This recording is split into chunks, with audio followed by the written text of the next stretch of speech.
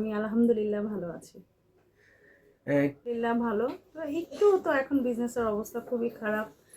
এটা আসলে বলার কিছু নাই।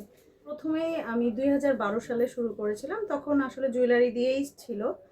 তারপরে মাঝখানে একটা গ্যাপ ছিল। তারপরে আমি আমার ড্রেসের বিজনেস শুরু করি।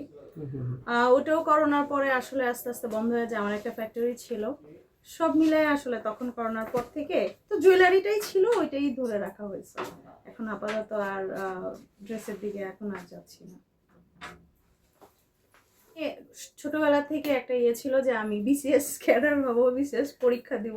তো ওইভাবে আসলে নিজেকে আমি প্রস্তুত করছিলাম। মানে আমি জীবনে কিছু করব, এটা হলো আমার মূল উদ্দেশ্য। তো আমার বাবারও খুব ইচ্ছা ছিল, বাট আমার অল্প বয়সেই বিয়ে হয়ে গিয়েছিল। তারপরে আসলে আর ওইভাবে আমি সাপোর্টটা আমি পাই নাই।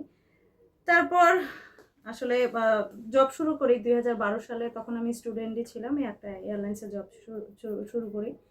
তারপর আবার মাঝখানে একটু গ্যাপ ছিল, আবার একটা বিজনেস শুরু করি, আবার আরেকটা এয়ারলাইন্সে আমি জয়েন করি।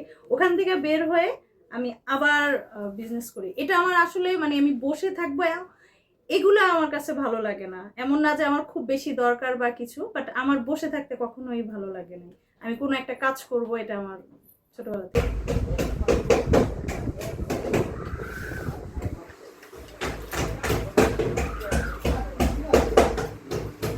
বৃহস্পতিবার দিন আপনি ঠিক 3টার দিকে জিয়াউদ্দৌলা যেতে পারেন, রমনা পার্কে যেতে পারেন।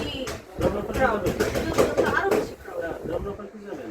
আচ্ছা, আরেকটা আছে, আপনি ওটা চিনেন নাকি? আপনি যে পুরো নারঙ্গি আছে না, পুরানো যেটা, নতুনটা না, ওটার সাথেই যে একটা ওই যে নাকি একটা রেস্টুরেন্ট মানে